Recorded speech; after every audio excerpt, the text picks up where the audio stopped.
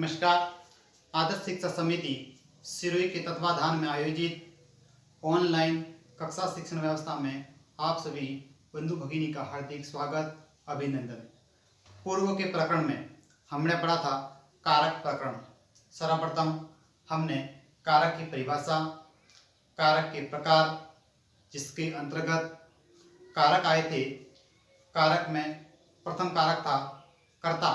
कर्ता कारक जिसके पहचान कर्ता ने कर्म को कारण से, संप्रदान के लिए, अपादान से, संबंध काके की, अधिकरण में पर। कुछ इस प्रकार के कारक थे, उनके सामने उनकी पहचान थी, जिसके आधार पे वाक्य में हम उनकी पहचान के आधार पे कारक का विभक्ति का पता लगा सकते हैं। तो हमने अगले वीडियो में कारक पढ़े थे, इसमें कर्ता कारक था जिसकी पहचान थी ने सबसे। आज का हमारा प्रकरण है कर्म कारक। कर्म कारक जो द्वितीय विभक्ति में प्रयोग होता है, जिसका पहचान को सबसे होगी। कर्म कारक द्वितीय विभक्ति। तो सर्वप्रथम हम कर्म कारक कहते किसे, परिभाषा को जानेंगे।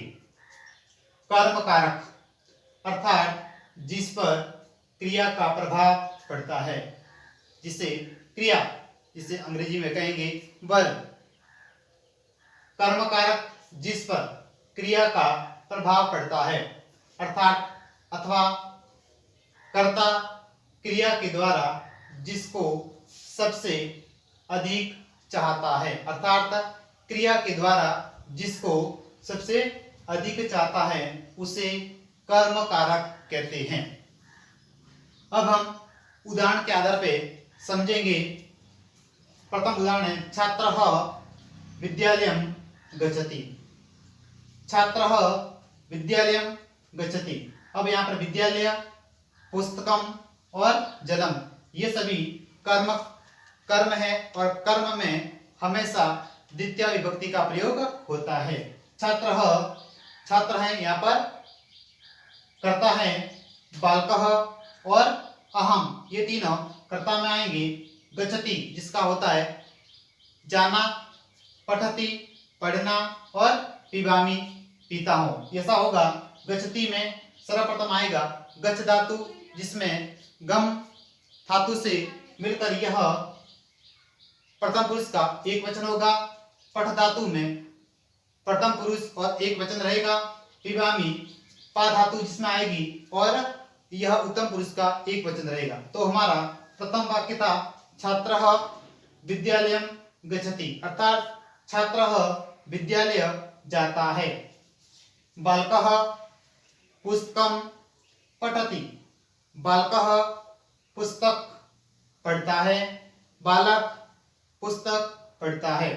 अहम जो कि सर्वनाम शब्द की तालिका में आएंगे, तो उत्तम पुरुष का एक वचन होता है। अहम जिसका अर्थ होता है मैं, जलम पिबामी।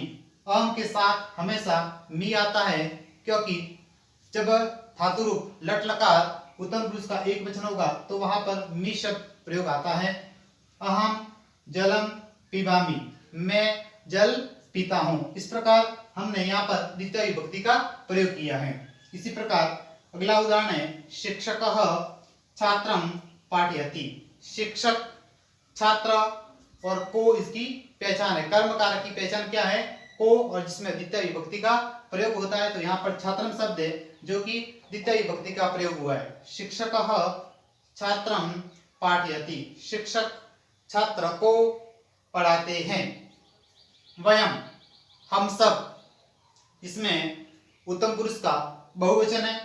ईश्वरम ईश्वर को, नमामि नमन करते हैं।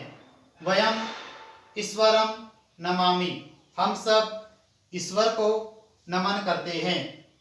माता पुत्रम, माता पुत्रम पुत्र को वदति बोलती है। माता पुत्रम वदति, माता पुत्र को बोलती है। इसी प्रकार एक यहाँ पर तालिका बनाई गई है, जिसके आधार पे हम कर्म कारक, इसमें द्वितीय विभक्ति का प्रयोग होता है, के वाक्य बनाएंगे। तो देखिए आगे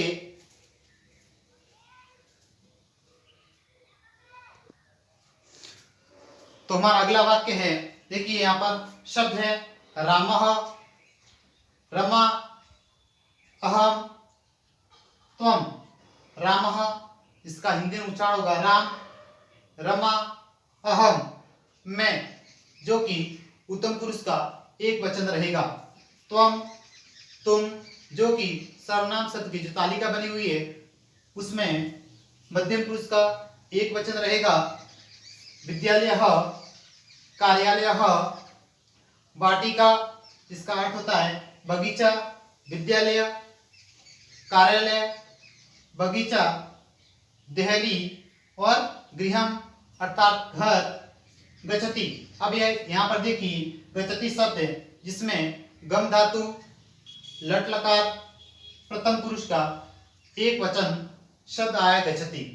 इसी प्रकार गच्छामि, यहाँ पर भी गम धातु, लट लकार, उत्तम पुरुष और एक वचन जिसमें मी आता है, जो हमेशा अहम के साथ प्रयोग होता है, क्योंकि अहम में भी उत्तम पुरुष और एक वचन रहेगा। और उत्तम पुरुष एक वचन जब हम लकार पढ़े थे हमने, तो वहां पर मी शब्द का प्रयोग होता है। गच्छसि, गम धातु, लट लकार, उत्तम पुरुष का एक वचन रहेगा। यह त्वम के साथ प्रयोग में होता है। त्वम है वो भी मध्यम पुरुष का एक वचन शब्द है, तो यहाँ पर गम धातु, लट लकार, मध्यम पुरुष का एक वचन रहेगा। अब हम इसके आधार पे द्वितीय विभक्ति कर्म कारक के वाक्य बनाएंगे। तो रामः, अब यहाँ पर देखिए विद्यालय है और कर्म में हमेशा द्वितीय विभक्ति का प्रयोग होता है, तो वहां पर अनुस्वार या हलंत रहेगा। यहाँ पर आएगा अनुस्वार विद्यालयम, तो रामः विद्यालयम गच्छति। राम विद्यालय, गच्छ जाने का काम हो रहा है, जाता है। रमा विद्यालयः गच्छति, रमा विद्यालय जाती है, तो हो जाएगा रमा विद्यालयम गच्छति, रमा विद्यालय जाती है। इसी प्रकार राम कार्यालयः, तो यहाँ पर द्वितीय विभक्ति आने से यह कार्यालय हो जाएगा, यहाँ पर अनुस्वार बन जाएगा या मकार का हलंत रहेगा। रामः कार्यालयम गच्छति, राम कार्यालय जाता है। उसी प्रकार रामः वाटिका गच्छति, राम बगीचे में जाता है। राम देहली गच्छति, राम देहली जाता है। उसी प्रकार रामः गृहम, गृहम जो कि नपुंसकलिंग शब्द है और नपुंसकलिंग में प्रथमा और द्वितीय विभक्ति दोनों में म अनुस्वार या मकार का हलंत रहता है, तो रामः गृहम गच्छति, राम घर जाता है। उसी प्रकार दूसरा शब्द है रमा, रमा में रमा विद्यालयम गच्छति, रमा विद्यालय जाती है। रमा कार्यालयम गच्छति, रमा कार्यालय जाती है। रमा वाटिका गच्छति, रमा बगीचे में जाती है। रमा देहलीम गच्छति, रमा देहली जाती है। रमा गृहम गच्छति, रमा घर जाती है। उसी प्रकार अब देखिए यहाँ पर अहम जो कि उत्तम पुरुष का एक वचन है। अहम जिसका उच्चारण होता है हिंदी में कहेंगे तो मैं शब्द से उसका पहचान होती है। अहम विद्यालयम गच्छामि, यह अहम है वो उन्हीं शब्द के साथ जुड़ा रहता है, तो अहम विद्यालयम गच्छामि, मैं विद्यालय जाता हूँ। अहम कार्यालयम गच्छामि, मैं कार्यालय जाता हूँ। अहम वाटिका गच्छामि, मैं बगीचे में जाता हूँ। अहम देहली गच्छामि, मैं देहली जाता हूँ। अहम गृहम गच्छामि, मैं घर जाता हूँ। अब आएगा त्वम। त्वम है वो मध्यम पुरुष का एक वचन रहेगा और मध्यम पुरुष एक वचन होता है, वहां पर लकार की तालिका में शी शब्द से उसकी पहचान होती है। ती, तह, अंति और मध्यम पुरुष का एक वचन रहेगा, वहां पर शी शब्द आता है, तो त्वम के साथ में सी शब्द जुड़ेगा तो हमारा वाक्य बनेगा त्वम, जिसका अर्थ होता है तुम। त्वम विद्यालयम गच्छसि, तुम विद्यालय जाते हो। त्वम कार्यालयम गच्छसि, तुम कार्यालय जाते हो। त्वम वाटिकां गच्छसि, तुम बगीचे में जाते हो। त्वम देहलीं गच्छसि, तुम दिल्ली जाते हो।